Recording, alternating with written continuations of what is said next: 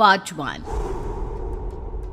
ऊंची ऊंची पहाड़ियों और घने जंगल से घिरा हुआ भैरवगढ़ गांव काली पहाड़ी के ठीक पीछे था।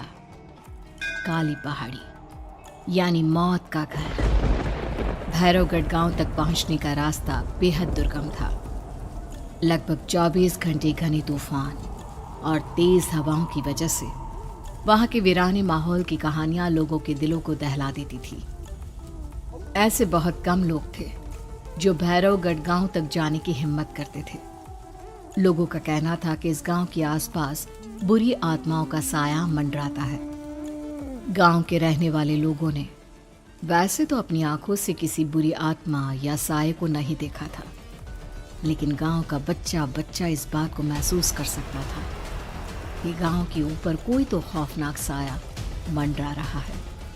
और उसकी वजह ये थी कि उस गांव में जैसे ही कोई लड़का 18 साल का होता, उसके 18वें जन्मदिन की रात ठीक 12 बजे अकस्मात उसकी मौत हो जाती। हर बार ये मौतें बड़े ही रहस्यमयी ढंग से होती और इस बार सरपंच सुमेर के बेटे को 18 साल होने में अब बस 15 दिन बाकी थे।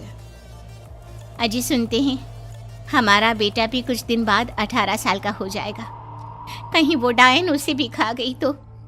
कैसी बातें कर रही हो? जब वो इस गांव में ही नहीं है तो कोई भी डायन या बुरा साया उसका कैसे कुछ बिगाड़ सकता है? उसे कुछ नहीं होगा। हाँ जानती हूँ, आपने उसे पढ़ाई के बहाने इस गांव से बाहर निकाल शहर भेज दिया है, लेकिन ये भी तो सच है ना कि वो बार बार यहाँ आने की जिद करता रहता है।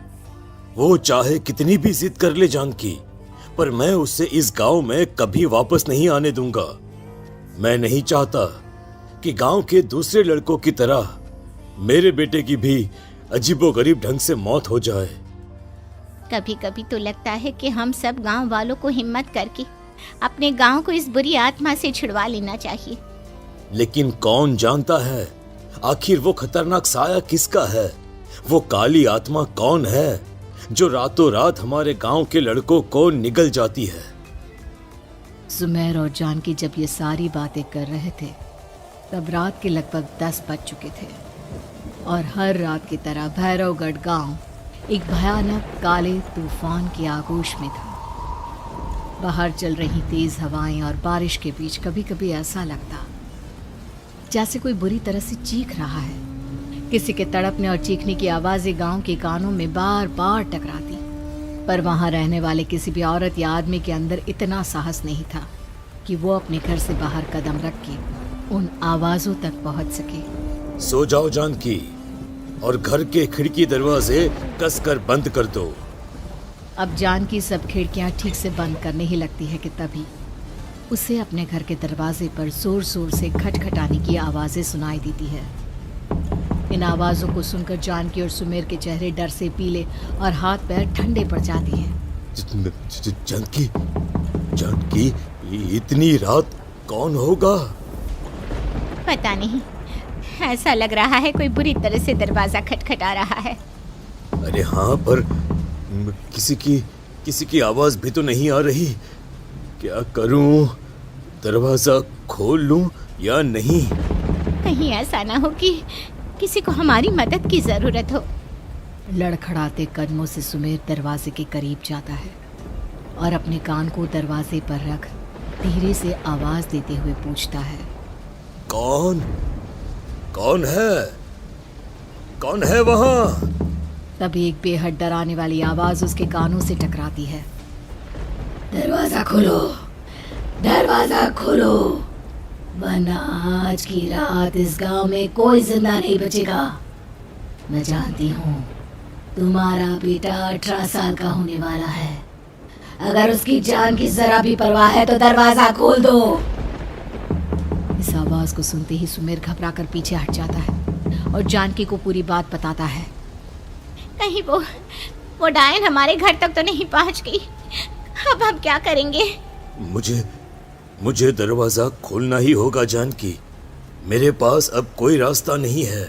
इतना कहकर सुमेर डर से अपनी दोनों आंखें कसकर बंद करता है और कांपते हाथों के साथ झटके से दरवाजा खोल देता है। तभी किसी के जोर से हंसने की आवाज सुमेर और जानकी को सुनाई देती है। उस आवाज को सुन दोनों दरवाजे की तरफ देखते हैं और सामने अपने बेटे राहुल को खड़ा देख दंग रह जाते हैं। राहुल के हाथ में उसका मोबाइल होता है जिसमें से वो आवाज बज रही थी। ये क्या मजाक है? और तू यहाँ, तुझे मना किया था ना गांव में आने को, समझ में नहीं आता क्या? 18 साल का होने वाला है तू। माँ, आप लोग भी पता नहीं किन अंधविश्वास भरी बातों पर भरोसा करते हैं। क्या क्या मैं अपने घर नहीं आ सकता? आप लोगों से नहीं मिल सकता? देख बेटा, हमने तुझे किसी वजह से ही इस गांव से दूर रखा था और यहां आकर तूने अच्छा नहीं किया। चल चल चल, मैं तुझे अभी के अभी वापस शहर छोड़कर आता हूं। ओफो पापा, आप बेकार की बातों से परेशान हो रहे हैं। बाहर इतना तेज अंधड़ तूफान चल रहा है, कहीं जाने की जरूरत नहीं है। मैं बस आप लोगों से मिलने आया हूं, कुछ दिन रहकर चला जाऊंगा। दिमाग खराब हो गया है इस लड़के का, नहीं जानता कि इस गांव में ये सुरक्षित नहीं है। किसने कहा था तुझे यहाँ आने को?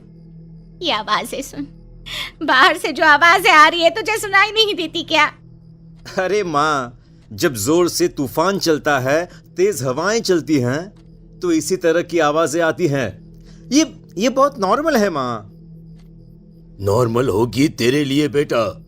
4 दिन शहर में पढ़कर आया है तो अपने माँ बाप की बात नहीं मान सकता।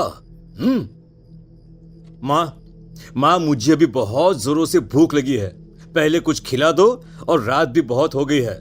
हम इस बारे में कल बात करते हैं, ठीक है? राहुल के वापस आ जाने से जानकी और सुमेर की आंखों की नींद उड़ गई थी। खाना खाने के बाद राहुल तो अपने बिस्तर पर जाकर सो गया, लेकिन जानकी और सुमेर पूरी रात उसके कमरे के बाहर पहरेदारी करते रहे। उन्हें पल पल इसी बात का डर था कि कहीं उनके बेटे को कुछ हो ना जाए। रात बीतती है, सुबह का सूरज निकलता है।